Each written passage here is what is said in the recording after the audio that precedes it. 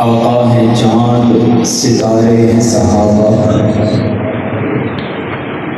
آقا ہے چاند ستارے ہیں صحابہ، واللہ میں جان سے پیارے ہیں صحابہ۔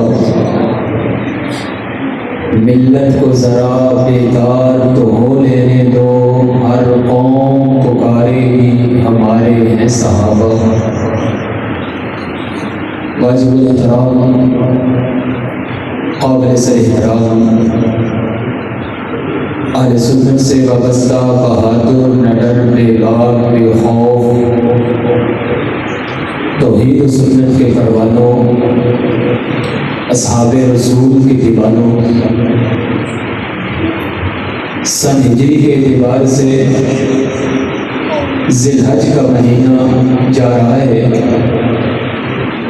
اس مہینے میں یوں تو بہت سارے اہم عنوانات ہیں، لیکن ایک سب سے اہم عنوان اس مہینے کی 18 تاریخ کو دوہرے داماد رسول تیسرے خلیفہ سیدنا حضرت عثمان غنی رضی اللہ تعالیٰ عنہ کی شہادت ہوئی ہے۔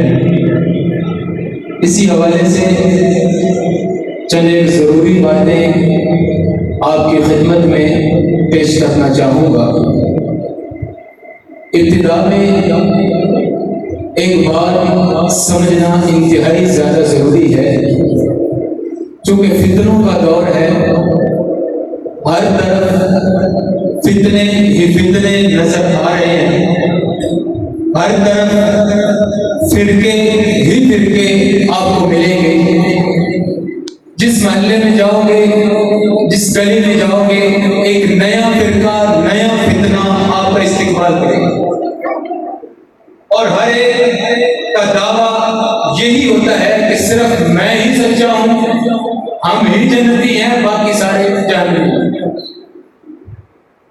ابتدا میں یہ بات سمجھ لیں، اور انہی فطروں میں سے جتنے بھی فتنے ہیں، اکثریت اصحاب رسول پہ اعتراض کرتے ہوئے نظر آتے ہیں، کیونکہ اگر صحابہ پہ اعتماد کر لیا جائے تو فرقے کی ضرورت نہیں پڑتی۔ دین صحابہ سے ملا، اسلام صحابہ سے ملا، نماز صحابہ سے ملی، سارے کا سارا دین ہی صحابہ سے جب ملا، تو پھر اگر صحابہ پہ مکمل اعتماد کر لیا جائے تو بندہ گمراہ نہیں ہو سکتا۔ اور لوگوں کے ذہنوں میں سوال ہوتے ہیں کہ صحابی کے بارے میں اگر کوئی بندہ غلط بات کر لے تو کوئی مسئلہ نہیں ہوتا۔ ایسی بات نہیں ہے، یہ بات یاد رکھیے، صحابی دنیا میں وہ منصب اور مقام ہے کہ نبی علیہ السلام کے بعد، انبیاء کے بعد دنیا میں سب سے بڑا مقام، منصب اگر ہے تو وہ منصب صحابی ہے۔ یہ منصب بڑا کیوں ہے؟ یہ اتنا بلند و بالا کیوں ہے؟ یہ بڑا اس لیے ہے، کوئی اپنی مرضی سے یہ منصب لے نہیں سکتا۔ اگر کسی کے ذہن میں یہ بات ہو کہ میں عبادت کر کے اس منصب تک پہنچ جاؤں گا تو نہیں پہنچ سکے۔ اگر کسی کی خواہش ہو کہ میں مال و دولت کے ذریعے یہ منصب خرید لوں گا تو ناکام ہوگا۔ اگر کسی کے ذہن میں یہ بات ہو کہ میرے بڑے تعلقات ہیں، بڑے بڑے لوگوں سے تعلقات ہیں، میں اس تعلقات کی بنیاد پر یہ منصب حاصل کر لوں تو نہیں ممکن نہیں۔ پھر یہ منصب کون سا منصب ہے؟ کیا وجہ ہے کہ ہر بندہ اس منصب تک نہیں پہنچ سکتا؟ وجہ یہ ہے، میرے نبی نے فرمایا ان اللہ اختارنی واختار لی اصحابی، اللہ نے پوری کائنات میں سے مجھ محمد کو چنا، واختار لی اصحابی، پھر میرے لیے صحابہ کو رب نے چنا۔ نتیجہ کیا نکلا؟ صحابی وہ ہوتا ہے جس کا رب انتخاب کرتا ہے، جس کو رب چنتا ہے، جس کا رب انتخاب کر لے وہ غلط ہو سکتا ہے؟ بھائی اللہ تو وہ ہے جسے یہ بھی پتا ہے کہ ایک بچہ پیدا ہوا، اس نے کتنی زندگی گزارنی ہے، اس نے کیا کام کرنے ہیں، اچھا ہوگا برا ہوگا، کیا کھائے گا کیا پیے گا، اللہ کو تو سب پتا ہوگا۔ پھر اللہ نے جن کو چن لیا وہ ٹھیک تھے اور جب اللہ چن رہا تھا اس دور کے اندر اللہ جن جن کو چن رہا تھا وہاں ابو لہب بھی تھا، سردار تھا بڑا، ابو جہل بھی تھا، مال و دولت والے بھی تھے، قبیلے اور برادریوں والے بھی تھے۔ اللہ نے قبیلوں اور برادریوں کو نہیں دیکھا، اللہ نے دلوں کو دیکھا، اللہ نے دلوں کو دیکھا اور دیکھ کر کے چنا، چن کے نبی کی محفل میں لا کے بٹھا۔ اور یہ بات یاد رکھنا، آج اگر کوئی اصحاب رسول پہ اعتراض کرے گا تو اس کا اعتراض صرف صحابی کی ذات پہ نہیں بلکہ اس کا اعتراض رب کے انتخاب پر ہوگا۔ اس لیے کبھی بھول کر بھی صحابہ پہ اعتراض مت کرو۔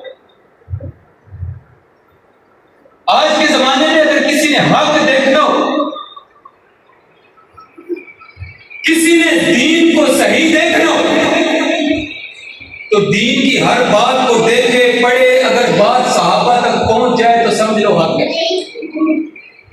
اگر صحابہ تک نہیں پہنچتی تو سمجھ لیں یہ دین نہیں۔ اللہ کے نبی کو بھی صحابہ پہ اعتبار بھی تھا، اعتماد بھی تھا، رب کو بھی اعتبار تھا اور اعتماد بھی۔ اس لیے صحابہ پہ اعتراض مت کرو، چونکہ آج میرا عنوان یہ نہیں ہے، میں اپنے عنوان کی طرف آتا ہوں۔ یوں تو نبی علیہ السلام کے صحابہ سارے ہی جانثار ہیں، سارے ہی دعویدار ہیں، سارے ہی عظمتوں والے ہیں، سارے ہی بلندیوں والے ہیں، سارے ہی عزت والے ہیں، سارے ہی مقام والے ہیں، سارے ہی جنتی ہیں، سارے ہی کامیاب ہیں۔ لیکن میرے نبی کا ایک صحابی جس کا نام سیدنا حضرت عثمان غنی رضی اللہ تعالی عنہ ہے، یہ بڑا عظمتوں والا صحابی ہے۔ سیدنا عثمان غنی رضی اللہ تعالی عنہ، ان کو بہت سارے اعزازات حاصل ہیں۔ اگر نبی کے ساتھ رشتہ داریاں دیکھنی ہوں تو خاندان بھی ایک ہے، اگر نبی کے ساتھ قریبی تعلق دیکھنا ہو، نبی علیہ السلام نے اپنی ایک بیٹی سیدہ رقیہ کا نکاح سیدنا عثمان غنی سے کیا۔ سرگودا کے لوگوں اپنے ذہن میں یہ بات بٹھا لینا، آج میں اور آپ تو اتنے غیرت مند ہیں، بہن بیٹی کا رشتہ کرتے ہیں، ہزار بار سوچتے ہیں، بار بار جاتے ہیں، لڑکے کو دیکھتے ہیں، گھر والوں کو دیکھتے ہیں، خاندان کو دیکھتے ہیں، دیکھنے کے باوجود پوری ویریفیکیشن کرتے ہیں، بندے بندے سے پوچھتے ہیں کہ یار یہ لڑکا کیسا ہے، خاندان کیسا ہے، پوچھنے والا کہتا ہے کیوں پوچھ رہا ہے، بھائی میں نے اپنی بیٹی کا رشتہ دینا ہے، اسے کہیں غلط بندے کو نہ دے بیٹھے۔ مجھے بتاؤ نبی نے جس کو اپنی بیٹی دی ہو وہ غلط ہے؟ پھر یہیں تک بس نہیں، حضور نے ایک بیٹی سیدنا عثمان کے نکاح میں دی، کچھ عرصے بعد سیدہ رقیہ کی وفات ہو گئی۔ سیدنا عثمان غنی رضی اللہ تعالیٰ عنہ بڑے غمگین ہونے لگے، پریشان ہیں۔ حضور نے پوچھا عثمان پریشان کیوں؟ یا رسول اللہ آپ کے ساتھ جو داماد والا تعلق تھا وہ رقیہ کی وفات کی وجہ سے ختم ہو گیا، پریشان اس وجہ سے۔ حضور نے فرمایا عثمان پریشان ہونے کی ضرورت نہیں۔ نبی علیہ السلام نے اپنی دوسری بیٹی عثمان کے نکاح دی، کچھ عرصے بعد ان کی وفات ہوئی، سیدنا عثمان غنی پھر پریشان۔ حضور نے پوچھا عثمان کیوں پریشان ہے؟ یا رسول اللہ داماد والا رشتہ ختم ہو گیا۔ حضور نے بڑا عجیب جملہ فرمایا عثمان آج اگر میں محمد کی 40 بیٹیاں ہوتی میں یک بعد دیگرے تیرے نکاح میں دیتا، کیونکہ تجھ سے بہتر کوئی داماد نہیں ہے اور مجھ سے بہتر کوئی سسر ہے۔ یہ کم مزاج ہے کیا؟ آج تو ہمارے معاشرے میں اگر ایک خاندان میں ایک بہن بیٹی کا رشتہ کر دیا جائے، اس کے ساتھ اچھا سلوک نہ ہو تو اسی خاندان میں سے کوئی بندہ پھر اس خاندان سے رشتہ طلب کرے تو کہتے ہیں نہیں بھائی ہماری بس ہے، ہم نے ایک دی تھی تمہیں اس کو سکون کا سانس نہیں لینے دیا۔ میرے نبی جس کو کہہ رہے کہ میری 40 بیٹیاں ہوتی وہ بھی تیرے نکاح میں دے. اور دنیا میں یہ اعزاز صرف سیدنا عثمان غنی کا ہے کہ کسی نبی کی 2 بیٹیاں کسی شخص کے نکاح میں. یہ اعزاز بھی سیدنا عثمان غنی. اور سیدنا عثمان غنی رضی اللہ تعالیٰ عنہ کے یوں تو بہت بڑے اعزازات ہیں. سیدنا عثمان غنی رضی اللہ تعالیٰ عنہ کو نبی علیہ السلام نے اپنی زندگی مبارکہ میں متعدد مواقع پہ فرمایا کہ عثمان جنتی ہے. آج کے دور میں ہمارا کوئی پیر ہو، عالم ہو، کوئی بڑا بزرگ ہو، وہ کسی کو کہہ دے کہ یہ بندہ نیک ہے، یہ اچھا ہے، وہ بھولے نہیں سماتا، لوگوں کو بھی بتاتا ہے کہ فلاں پیر نے میری گواہی دی ہے.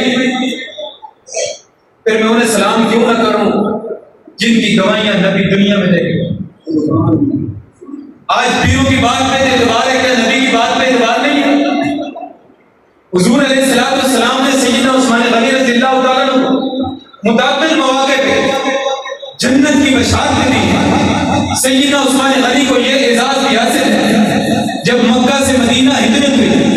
ہجرت کے بعد نبی علیہ السلام نے کچھ عرصے بعد خواب دیکھا. چونکہ نبیوں کا خواب بھی وہی ہوا کرتا ہے. حضور نے خواب دیکھا کہ میں اپنے صحابہ کے ہمراہ عمرہ کر رہا ہوں. چونکہ نبی کا خواب بھی وہی ہے. حضور نے اپنے جانثاروں کو ساتھ لیا اور مکے کی طرف چل پڑے. ارادہ عمرہ کرنے کا تھا، لڑنے کا ارادہ نہیں تھا. مشرکین مکہ کو پتہ چلا محمد اور غلامان محمد مدینہ سے نکل کر مکے کی طرف آ رہے ہیں. نبی علیہ السلام جب حدیبیہ کے مقام پہ پہنچا، مکے کے کافروں نے اعلان کر دیا ہم محمد اور غلامان محمد کو مکے میں داخل نہیں ہونے دے سکتے. حضور علیہ السلام حدیبیہ کے مقام پہ ایک روایت میں 1400 صحابہ ساتھ، ایک روایت میں 1500 صحابہ ساتھ، یہ سارے یہاں موجود ہیں. مشورہ ہو رہا ہے. کسی نے کہا یا رسول اللہ کسی کو اپنا سفیر بنا کر کے مکے میں بھیج دیں تاکہ ان کو پیغام دیں ہم لڑنے کے لیے نہیں آ رہے، ہم تو عمرے کے لیے آ رہے ہیں. کسی نے مشورہ دیا عمر فاروق کو سفیر بنا کر بھیجو. سیدنا حضرت عمر فاروق کو جب نبی علیہ السلام نے فرمایا کہ عمر تو میرا سفیر بن کر کے مکے میں جا، سیدنا عمر نے فرمایا یا رسول اللہ آپ کا حکم سڑاکوں پہ، لیکن مسئلہ یہ ہے کہ مکے میں میری بڑی دشمنی ہے. اگر میں جاؤں گا بات بنتی ہوگی تب بھی نہیں بنے گی. لہذا میں آپ کو ایک ایسا شخص بتاتا ہوں کہ کافر بھی جس کی عزت کرتا ہے.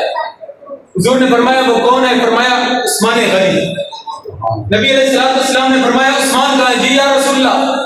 جا عثمان مکے میں میرا سفیر بن کر کے میری طرف سے ان کافروں کو پیغام پہنچا دے ہم لڑنے کے لیے نہیں، ہم تو عمرے کے لیے آ رہے ہیں. سرگودا کے مسلمانوں آج کے دور میں پاکستان کا سفیر پاکستان کی عزت ہے، انڈیا کا سفیر اس ملک کی عزت ہے، امریکہ کا سفیر اس ملک کی عزت ہوا کرتا ہے.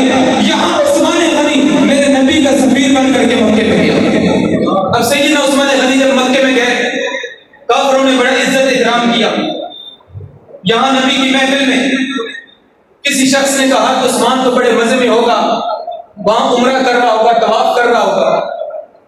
ادھر مکے کے کافروں کے پاس جب پیغام پہنچایا انہوں نے کہا عثمان دیکھ ہم تیری بڑی عزت کرتے ہیں، وہ کعبہ سامنے ہے، جتنے مرضی تو طواف کر، جتنے مرضی عمرے کر، ہمیں کوئی اعتراض نہیں ہے، لیکن تیرے نبی کو اور تیرے ساتھیوں کو ہم داخل نہیں ہونے دے سکتے. ادھر کافروں نے یہ پیشکش کی، ادھر نبی کی محفل میں جب یہ بات ہے کہ عثمان کو بڑے مزے میں ہوگا تو نبی علیہ السلام نے فرمایا کہ عثمان میرے بغیر ایسا نہیں کر سکتا. ادھر عثمان نے کافروں کو جواب دیا کہ جب میرے محمد کو تم مکے میں داخل نہیں ہونے دے سکتے تو میں بھی عمرہ نہیں کر سکتا. اب سیدنا عثمان غنی مکے میں منافقین نے خبر مشہور کر دی کہ عثمان شہید ہو گئے. خبر جھوٹی تھی، سیدنا عثمان زندہ ہے. یہاں سے یہ مسئلہ بھی سمجھ آتا ہے کہ انبیاء علم غیب نہیں رکھتے. ہمارا اہل سنت کا عقیدہ بھی یہی ہے کہ نبیوں کو اللہ جتنا علم دیتا ہے اتنا ہی ہم مانتے ہیں. کل کا علم غیب اللہ کے سوا کسی کے پاس نہیں. اب خبر جب نبی کے پاس پہنچی حضور علیہ السلام نے اپنے تمام صحابہ کو جمع کرنے کے بعد نبی نے ہاتھ آگے بڑھایا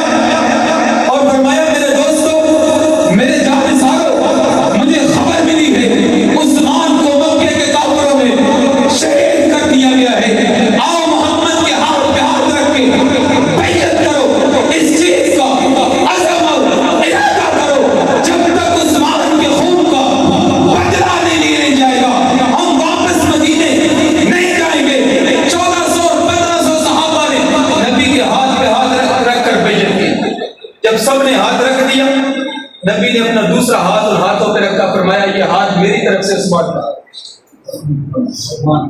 اللہ کو یہ ادا اتنی پسند آئی، اللہ نے عرشوں سے اعلان کر دیا ید اللہ فوق ایدیہم، ان ہاتھوں کے اوپر میں رب کا ہاتھ لگا۔ ایک عثمان کی خاطر حضور سب کو داؤ پہ لگا دیا۔ نبی کو اس بات کا کیا پتہ نہیں تھا کہ جب جنگ ہوتی ہے اس میں شہادتیں بھی ہو جاتی ہیں، زخم بھی لگ جاتے ہیں، سارے معاملات ہو جاتے ہیں۔ اس عثمان کی خاطر ابو بکر صدیق بھی کٹنے کو تیار، عمر فاروق بھی کٹنے کو تیار، سیدنا علی المرتضیٰ بھی کٹنے کو تیار ہے، تمام صحابہ کٹنے کو تیار ہے۔ ادھر عثمان زندہ ہے، خبر غلط ہے، بیعت ہو گئی، رب نے عرشوں سے اعلان کر دیا لقد رضی اللہ عن المؤمنین اذ یبایعونک تحت الشجرہ۔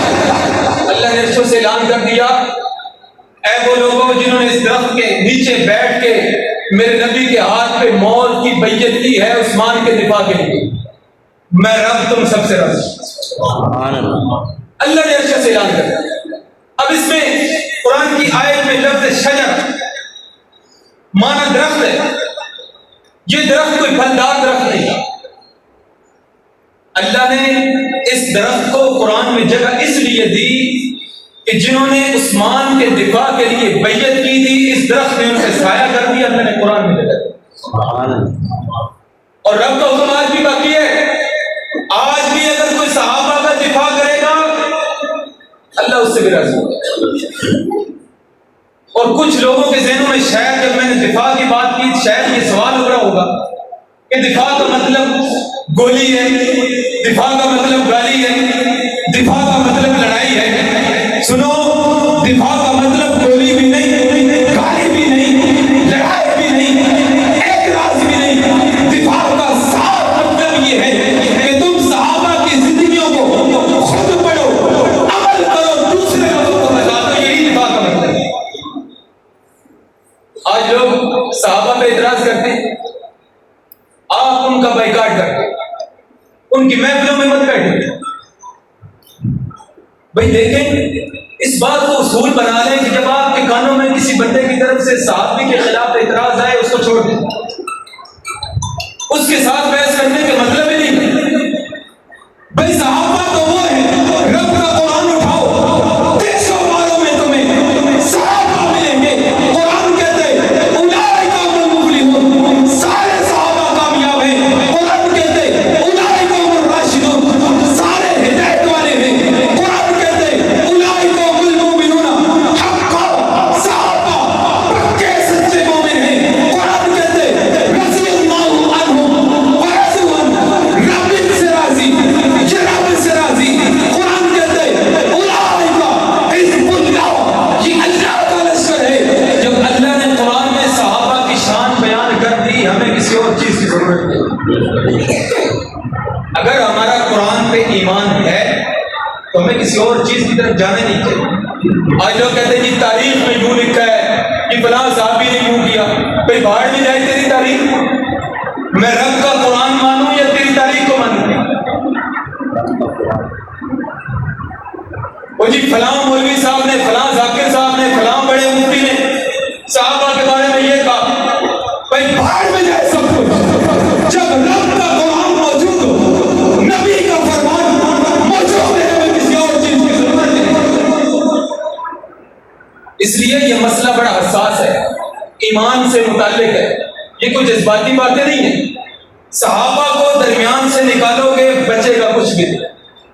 صحابہ نبی اور امت کے درمیان ایک واسطہ ہے، صحابہ نبی اور امت کے درمیان ایک رابطہ ہے، صحابہ نبی اور امت کے درمیان ایک پل ہے۔ اگر صحابہ کو درمیان سے نکال دو گے تو کچھ بھی نہیں بچے۔ مجھے بتاؤ آج جتنے مسلمان یہاں سرگودا میں بیٹھے ہیں، آپ نے نبی کو دیکھا؟ آپ کے دادا نے دیکھا؟ پردادا نے دیکھا؟ آج آپ اگر فخر سے کہتے ہیں کہ ہم مسلمان ہیں، ہمارے پاس قرآن موجود ہے، بتاؤ تمہیں کس نے بتایا؟ بھائی سب نہ بولے، جسے بات سمجھ آ رہی صرف آج نماز کے لیے آئے ہو تو بتاؤ تو صحیح، ذرا تمہیں کس نے بتایا کہ نماز پڑھو؟ ذرا بتاؤ تو صحیح، رمضان کے روزے رکھتے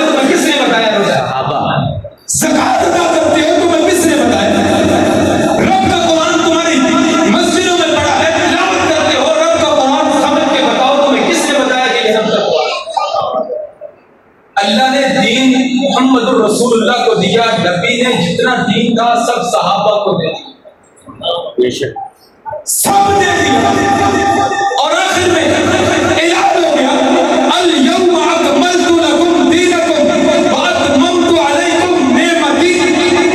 آج سارا دین مکمل ہو گیا۔ نبی نے صحابہ کو کہا کہ میں تمہیں دے کے جا رہا ہوں، باقیوں تک تم نے پہنچا۔ بے شک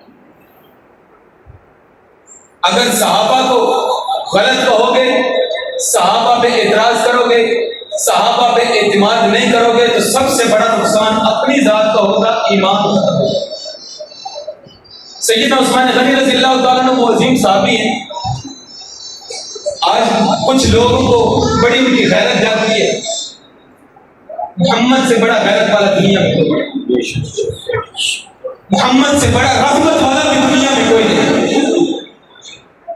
نبی علیہ السلام ایک جنازہ پڑھانے تشریف لائے، میت موجود ہے، لوگ کھڑے ہیں، انتظار میں ہیں کہ امام صاحب مصلی پہ کھڑے ہوں، امامت کرا۔ نبی آگے بڑھنے لگے، دل میں ارادہ کیا، ابھی بڑھے نہیں، مصلی امامت پہ کھڑے نہیں۔ سیدنا عمر رضی اللہ عنہ فرمایا یا رسول اللہ اس کا جنازہ نہ پڑھا۔ اور عمر وہ عظمت والا شخص ہے، زمین پہ کھڑا ہو کے مشورہ دیتا ہے، رب عرش سے قرآن بنا کے دے۔ ابھی سیدنا عمر اور نبی کے درمیان بات چیت ہو رہی ہے، عرش سے جبریل بھی آ گیا، یا رسول اللہ اللہ نے حکم دیا ہے کہ آپ اس میت کا جنازہ نہیں پڑھا سکتے۔ پوچھا جبریل وجہ کیا ہے؟ یہ تو بڑا تہجد گزار تھا، نمازی تھا، بڑے نیک اعمال کرنے والا تھا۔ یا رسول اللہ اس مرنے والے کے دل میں تیرے ایک صحابی عثمان کا بغض ہے، رب کی غیرت گوارا نہیں کرتی کہ آپ اس کا جنازہ پڑھیں۔ آج ہم اتنے بڑے غیرت والے ہو گئے معاذ اللہ، آج جن کے دلوں میں کوٹ کوٹ کے صحابہ کا بغض بھرا ہوا ہے، ہم ان کے جنازوں میں جاتے ہیں۔ ٹوٹ پڑنے کا مقام ہے مسلمانوں۔ ایک طرف تو میری رات کی غیرت کا عالم یہ ہوتا ہے کہ میرے باپ کو کوئی گالی دے دے، بھلے بعد میں معافی بھی مانگ لے، پھر ساری زندگی میں اس عزت کی نگاہ سے دیکھنا گوارا نہیں کرتا۔ ایسا ہے کہ نہیں؟ میری ماں کی کوئی گالی دے دے، توہین کر دے، بھلے بعد میں وہ 1000 بار معافی بھی مانگ لے، دل میں وہ عزت احترام ہم نہیں کرتے۔ مسلمانوں بتاؤ تو صحیح، جو ہمارے محسن نبی کے صحابہ ہیں، جنہوں نے اپنا سب کچھ لٹا دیا، کچھ بچا کے نہیں رکھا، تن من دھن سب لٹا دیا۔ لٹایا کیوں تھا؟ دین محمدی کو بچانے کے لیے، ہم تک پہنچانے کے لیے۔ انہوں نے دین محمدی کو بچایا بھی، محفوظ بھی کیا، ہم تک پہنچانے کا حق بھی ادا کیا۔ آج اگر ہماری زندگیوں میں ہمارے سامنے انہیں کوئی گالی دے، پھر ہم ان کے ساتھ تعلقات رکھیں، ان کے جنازوں میں جائیں، بتاؤ پھر ہم سے بڑا لعنتی کون؟ اس لیے آج کا میرا یہ پیغام لے کے اٹھو، یہاں سے کوئی بھی اصحاب رسول کا گستاخ ہو، آپ اس کی محفل میں نہیں بیٹھیں، اس کے ساتھ تعلقات نہیں رکھیں، اس کے جنازے میں نہیں جائیں۔ اور یہ بات بھی یاد رکھو، یہ شرعی مسئلہ ہے۔ جنازے کی شرطوں میں سے پہلی شرط یہ ہوتی ہے کہ میت مسلمان ہو۔ اگر میت مسلمان ہی نہیں تو اس کا جنازہ، کبھی کسی نے دیکھا ہندو کا جنازہ ہو، سکھ کا جنازہ ہو، کسی عیسائی کا جنازہ ہو؟ کیوں؟ وہ مسلمان ہی نہیں۔ جنازہ مسلمان کا ہوتا ہے، اور جو صحابہ کا بغض رکھنے والا ہے، صحابہ کا گستاخ ہے، اس کا اسلام سے کوئی تعلق نہیں۔ جب اسلام سے کوئی تعلق نہیں تو جنازہ کہتے ہیں۔ اچھا ایک بڑی عجیب منطق پیش کی جاتی ہے، وہ جی یہ وہ والا ہے، اس کے 2 جنازے ہوں گے، ایک وہ ذاکر صاحب آ کے پڑھا لیں گے، ایک مولوی صاحب پڑھا لیں گے۔ بھائی پڑھانے والا چاہے سنی ہو، یہ شرط نہیں ہے، شرط ہے مرنے والا مسلمان ہو۔ جب مرنے والا ہی مسلمان نہیں ہے تو تم جنازہ کیسے پڑھاؤ؟ اس کا مطلب تو یہ ہے کہ کتا حرام ہے، بکری حلال ہے۔ اگر کوئی بندہ کتے کا نام بکری رکھ کے اس پہ تکبیر پڑھ کے اسے ذبح کر لے، کیا وہ کھانا جائز ہے؟ نہیں، حلال ہو جائے گا۔ کیوں؟ اللہ نے منع کیا، اللہ نے حرام قرار دیا۔ جب اللہ نے حرام قرار دیا ہے تو دنیا میں ایسی کوئی طاقت نہیں ہے کہ رب کی حرام چیز کی ہوئی کو وہ حلال کر دے۔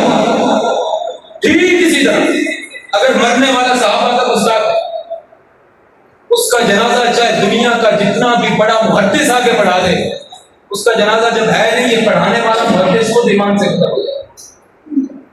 اس لیے ان چیزوں کی احتیاط کرو، اپنے ایمان کو بچاؤ، اپنے بچوں کو ایمان کو بچاؤ۔ سیدنا حضرت عثمان غنی رضی اللہ عنہ کی بات ہو رہی تھی، آخری چند جملے کہ سیدنا حضرت عثمان غنی رضی اللہ تعالیٰ عنہ جب تیسرے نمبر پہ خلیفہ بنے، جب سیدنا حضرت عمر فاروق رضی اللہ تعالیٰ عنہ کی شہادت ہوئی، اسلام 22 لاکھ مربع میل، اسلام کی سرحدیں 22 لاکھ مربع میل پہ پھیلی ہوئی۔ سیدنا عثمان غنی منصب خلافت سنبھالا، سیدنا عثمان غنی رضی اللہ تعالیٰ عنہ کا جب جنازہ اٹھا، اسلام کی سرحدیں 44 لاکھ مربع میل پہ پہنچ گئی۔ سیدنا حضرت عثمان غنی رضی اللہ تعالیٰ عنہ ان کے زمانے میں ایک باغی گروہ آیا جن کا سرغنہ عبداللہ ابن سبا تھا، جن کی اولادیں آج بھی دنیا میں موجود ہیں، جو صحابہ کو برا بھلا کہتے ہیں یونی کی باقیات میں سے۔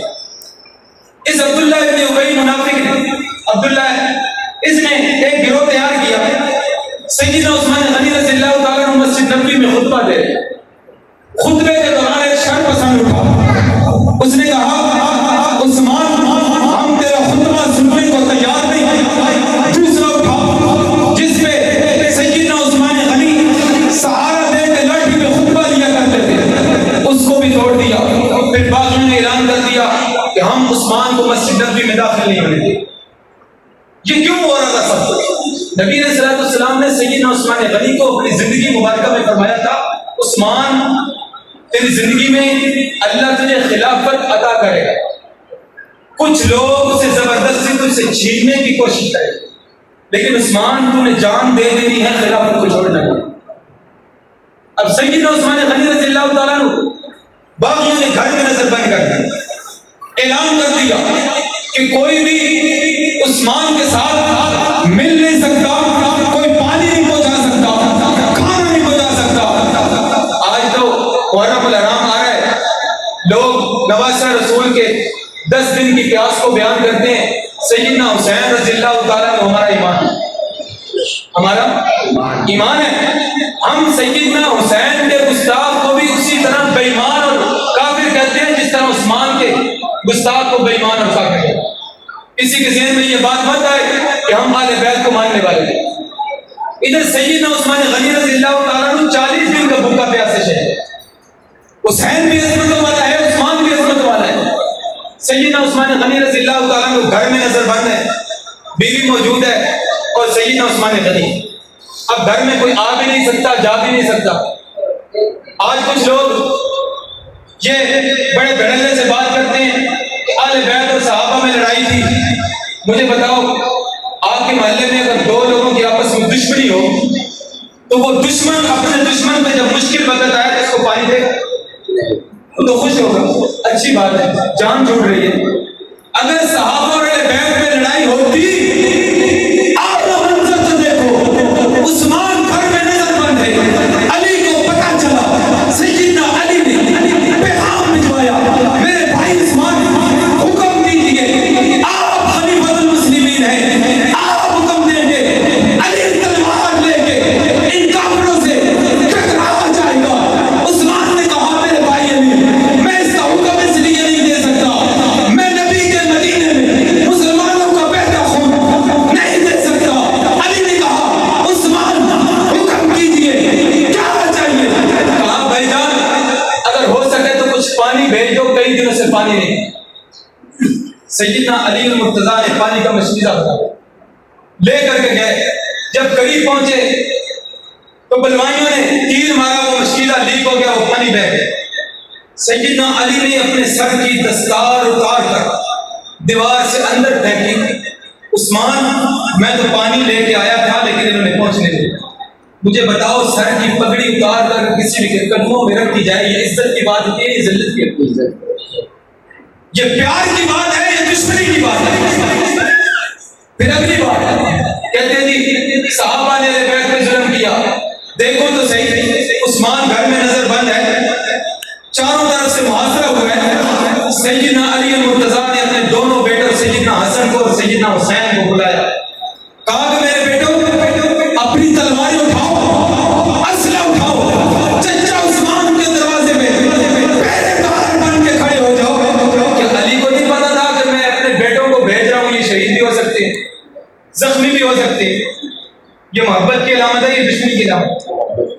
محبت ہے یہ دشمنی ہے؟ صحابہ اور اہل بیت میں کسی قسم کی کوئی جنگ، کوئی لڑائی کچھ بھی نہیں، یہ آپس میں شیر و شکر۔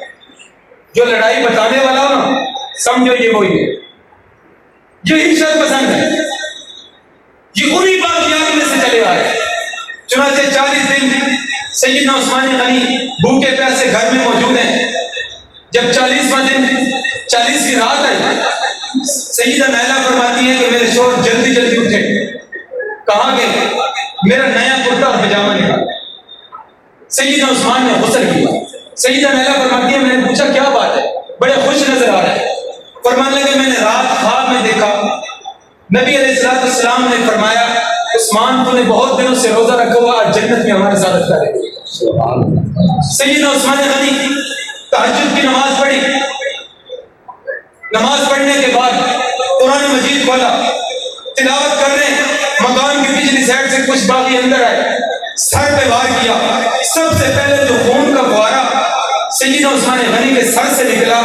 قرآن کی آیت فَسَيَكْفِيكَهُمُ اللَّهُ وَهُوَ السَّمِيعُ الْعَلِيمُ، اس آیت پہ وہ خون ہوا۔